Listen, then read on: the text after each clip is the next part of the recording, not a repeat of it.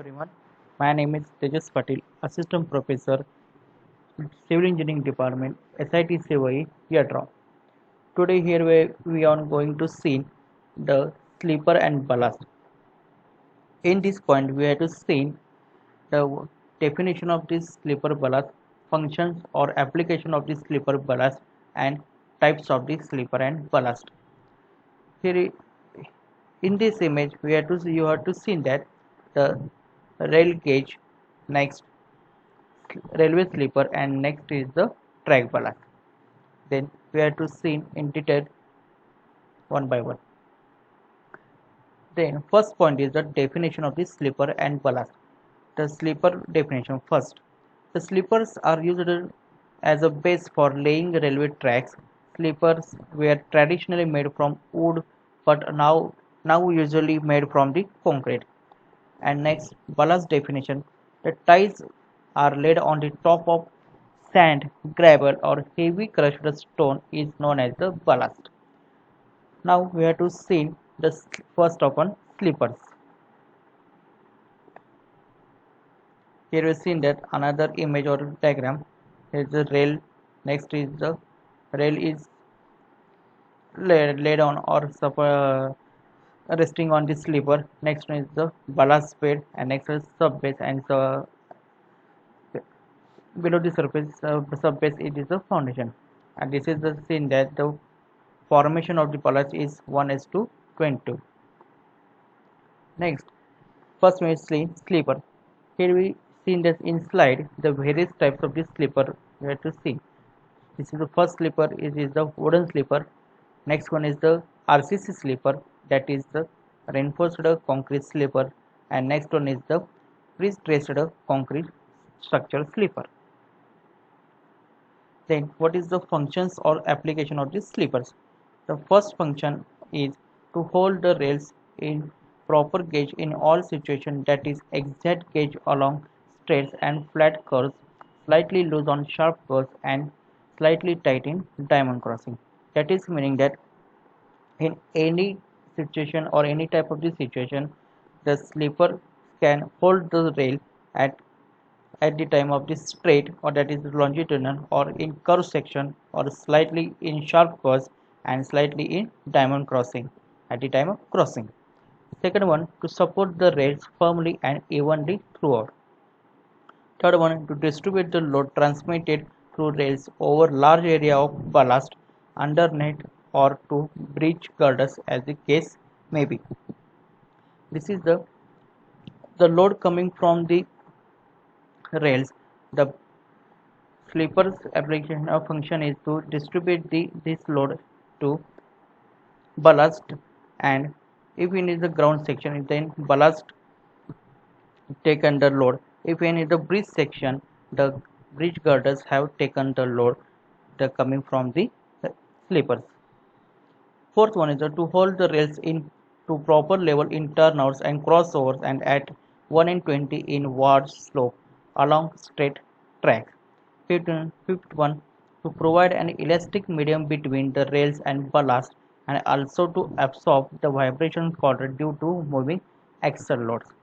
This is another important application of function of sleeper is to taking the vibrations coming from the railway uh, for the easily movement or smoothly movement of the railway.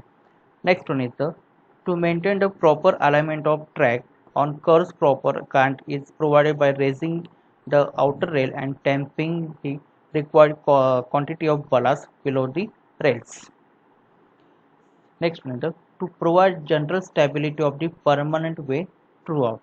The permanent way, it is nothing but the rail. Next one is the sleeper, next ballast, next bed formation, next uh, sub base, and next one is the foundation. This is the seen in first lecture of railway engineering.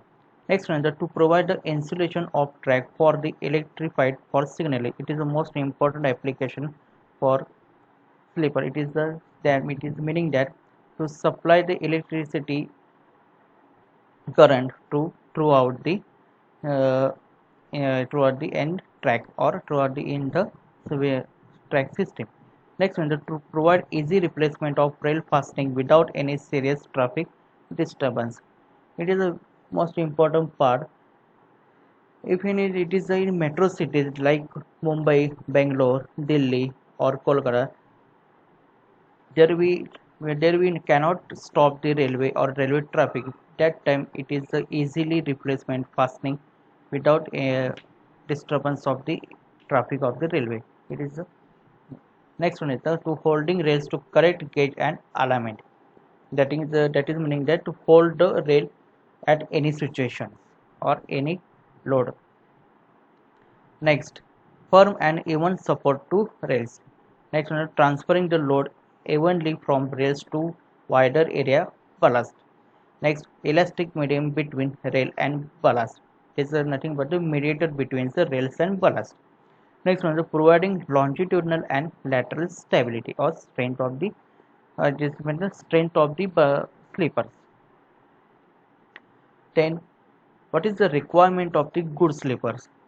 The initial cost and maintenance cost of the sleeper should be low. The most important, as per the any firm or any engineers, the cost of concession. It is the important of the cost of the concession and maintenance cost should be minimum or low. Next one is that the fittings required for fixing the rails on the top the sleeper should be simple, which can be easily adjusted during the maintenance. That is the easily replacement or maintenance can be done. Next one is the crushing strength of the sleeper should be more with the moderate weight. That is why strength of the sleeper should be high. Next, fourth one is that they should be able to maintain perfect alignment, gauge and levels of the rails and should afford efficient adjustment and maintenance.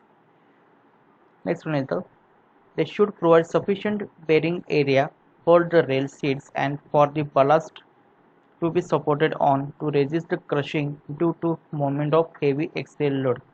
That is meaning that if any heavy load is coming or a fast railway at the time of the fasting of the railway, it is the hold the rail sails and to support the ballast to resist the crushing due to the coming from the heavy load from railway. Next one, the sleeper spacing should be such as easy to remove and replace the ballast during regular maintenance operation. At the time of the maintenance of the ballast, the sleeper is easily removable and easily replaceable.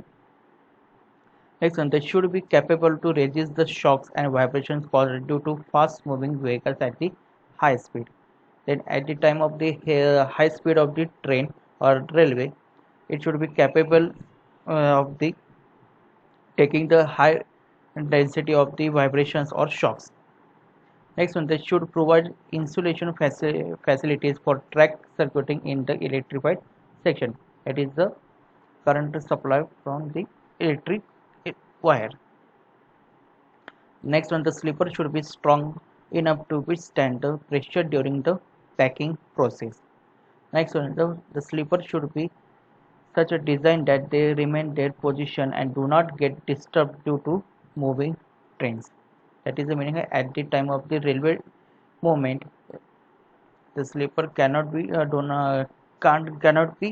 should not be disturbed to trains or railway. Next one, the material used the sleeper be such that it does not attract the sabotage and the taped qualities. That is the quality should be high or quality of the material is the good. Next important part, types of the sleeper. There are the various types of the sleeper we have to use. The first one is the timber sleeper, next steel sleeper, next cast iron sleeper, next RCC sleeper, that is reinforced cement concrete sleepers, next pre-stressed concrete sleepers, and second point is the sleepers depending on the location, that is the longitudinal sleepers and transverse sleepers. Now we have to see in one by one in detailing. First is the timber sleeper, that is the wooden sleeper. Another name is known as wooden sleeper. Ideal type and Universally used, there are two categories of the hardwood slippers such as sal, teak, kongu, etc. and softwood slippers such as the deodar, cheer, treated timbers are used in these categories. This is the actual side photo of the wooden slipper or timber slippers. Next, advantages of the wooden slipper is they have proved very useful for heavy loads and high-speed trails. They are cheap and easy to manufacture. They can be handled easily without any damage. Next, they maintain the correct alignment. Next one, they are most suitable for track circuiting. Next one, they can be used with or without ballast. Next, they can be used for gentleate tracks. Next, they are suitable in the areas having yielding formations. Next, what is the disadvantages or demerits of the wooden slipper? That they are easily subjected to wear and decay due to various factors, that is the vermin, white ants, rail cutting, warping, etc. Hence, these have a short life. The first disadvantage is they do not maintain the gauge accurately at the time of the high speed. Next one is the easily develop cracks with better packing. Next one, they require highest maintenance cost as to compare to another types of the slipper. That is maintenance cost is high. Next one is they get easily disturbed from their positions under heavy loads. Is the most important disadvantage. Next, they need special treatment for fire protection. Next, their scrap value is very low. And next one, they are not suitable for modern LWR track because of their lighter weight. LWR, it is nothing but a low welding section. And description of the wooden slipper, that is the size. The size of wooden slipper is mm.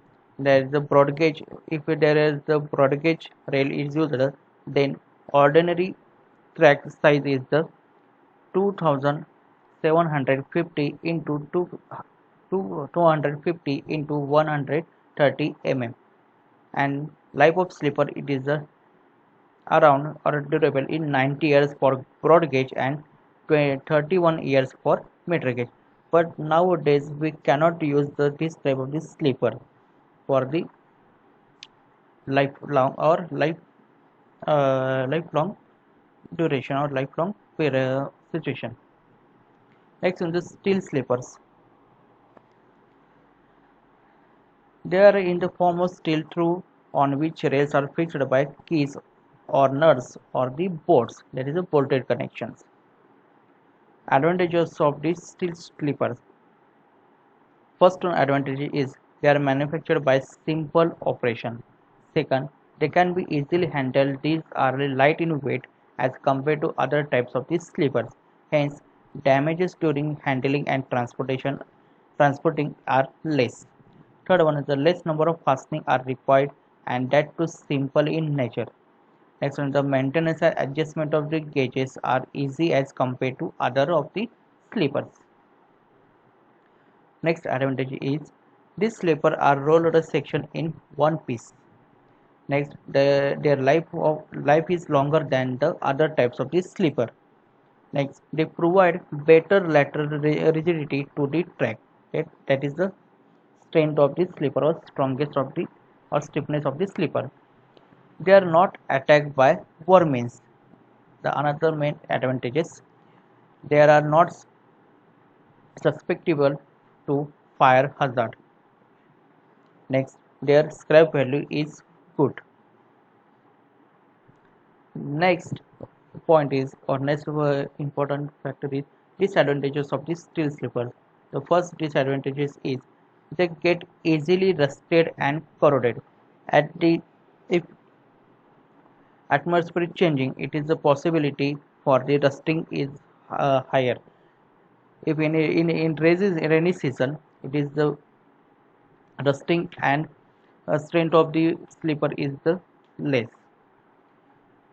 They develop cracks at the rail seats or near lugs. Next one, their lugs get broken easily. That is joints. Then the steel slipper do not provide effective track circuiting. That is the in the slipper we cannot supply of the electricity easily or in next one the steel slipper can only be for this type of rails for which these are manufactured. Next, this developed to tendency to become center bound because of the slope at both ends. Next one is the overall cost of steel slippers is more than that of the timber slippers. That is the cost of the slipper is higher than the other type of the slippers.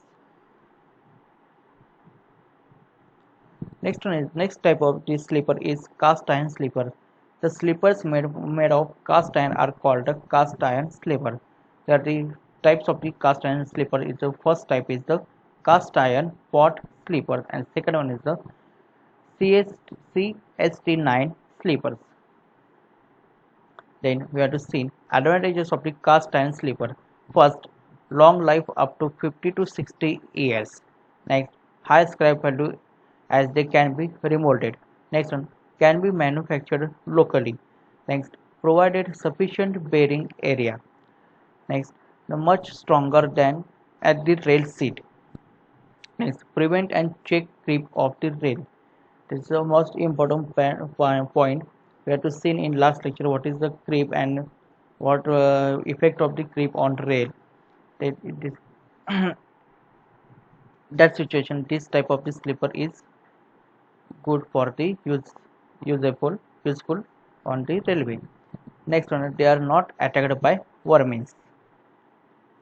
Then disadvantages of the cast iron slippers. They are prone to corrosion and cannot be used in salty formation of coastal areas. Just like that is the meaning at the in Mumbai location this type of the slipper we cannot use. Next, not suitable for track circulated portions of railways. Next, can badly damage under derailment. Next, difficult to maintain the gauge as the two posts are independent. Next, require large number of fastening material. That is the requirement of high cost. Next, difficult to handle and may be easily damaged because the weight of the slipper is the high compared to other slippers. Then lack of good shock absorber. It is a possibility to shock. Next one, they are very expensive. That is cost of slipper is the high. Next, another slipper type it is the important slipper. It is the concrete slippers, and this type of the slipper we have to use in nowadays at everywhere. Then first, RCC and pre-stressed concrete slipper are now replacing all other types of the slipper except to some special circumstances such as crossing bridges, etc. Here timber slippers are used. Their first are all used in France around about in 1914, but are common since you have to use in 1915. They may be twin block slippers joined by an angle iron. Next, it may be single block pre-stressed type. Next, concrete slippers are much heavier than wooden ones, so they resist the movement better. This is the figure of the concrete slippers, and this is the nowadays we have to use at 95% or 90% to a railway track.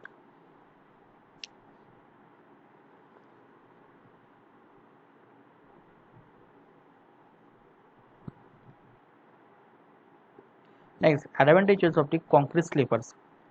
First, durable with life range from 40 to 50 years. Next one, they can be produced in large quantities locally by installing a plant that is easily available in local area.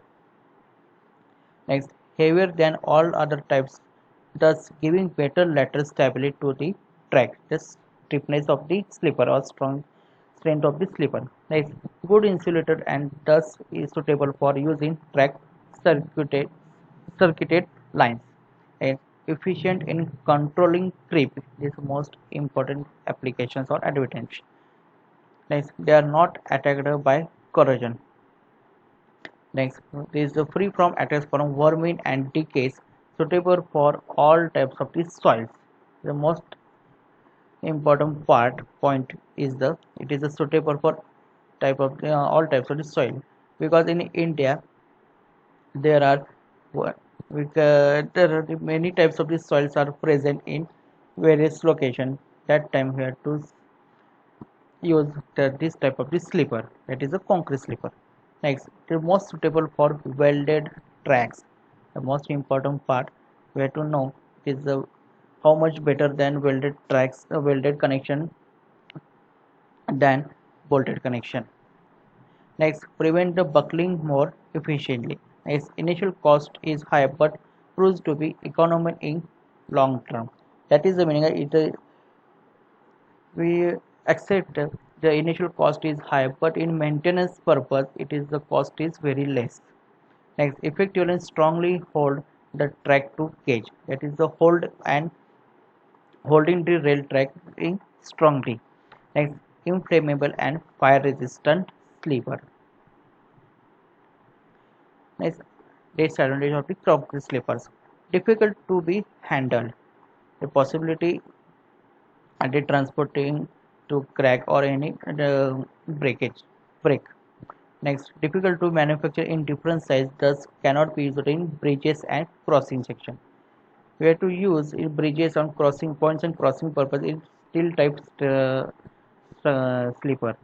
Then next one, that can be damaged easily while loading and unloading.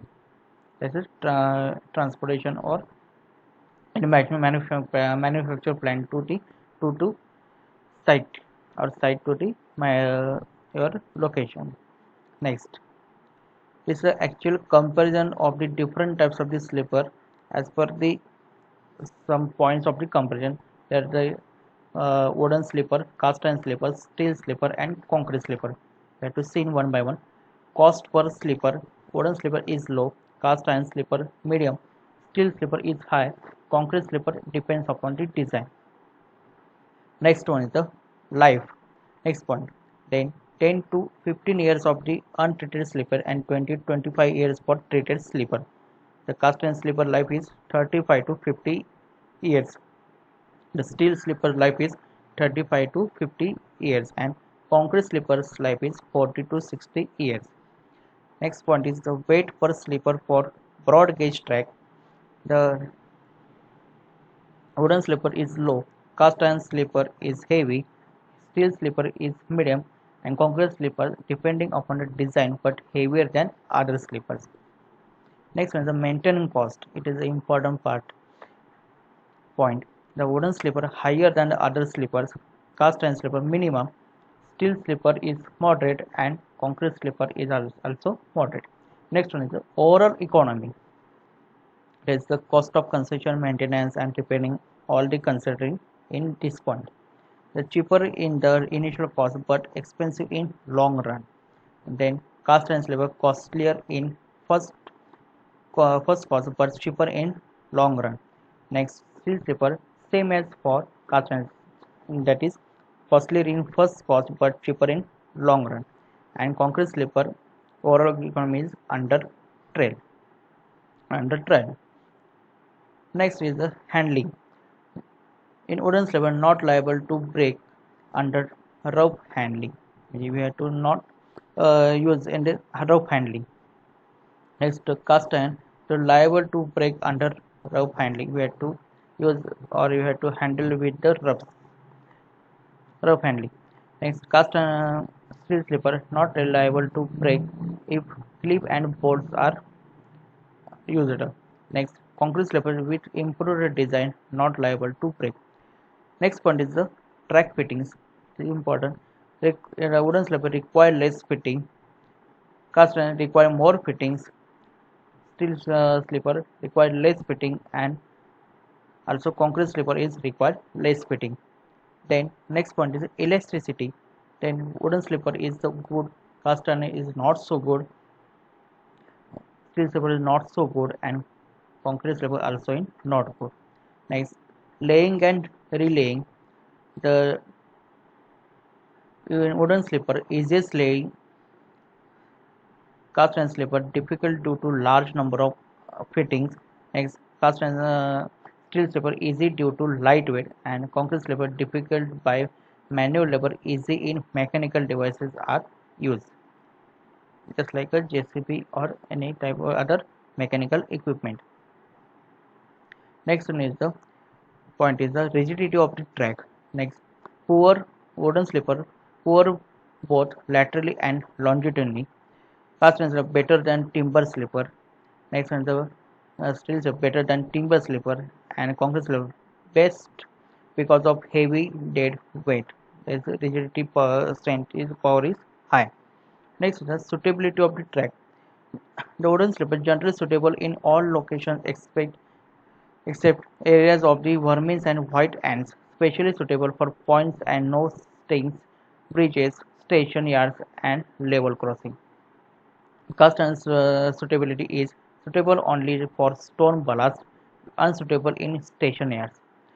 Steel slipper is suitable only for stone ballast, unsuitable for station yards and coastal yards, same as cast iron. And concrete slipper suitable for any location on railway track. That is any location or any type of the area. Next is the scrap value. First, wooden slipper, very little. Cast iron slipper, high cost, highest cost. Next, steel slipper, next to cast iron, below the cast iron slipper, and concrete slipper it is a nil, no value given from the scrap. Next point is the gauge. The wooden slipper does not maintain the proper gauge. Cast iron slipper slightly play in gauge due to the play in the bar and socket. Steel slipper maintains proper gauge, and in concrete slipper depends upon the design, improved designs, and maintenance and proper gauge. Next point is the renewal. The wooden slipper we have to renew easily, and that is a replacement. Next, cast iron it is difficult to replace. Steel slipper it is difficult, and concrete slipper it is difficult to renew. Next point is the gauge adjustment. The wooden slipper it is very difficult to adjustment to gauge. Next, cast iron it is easy to adjustment gauge.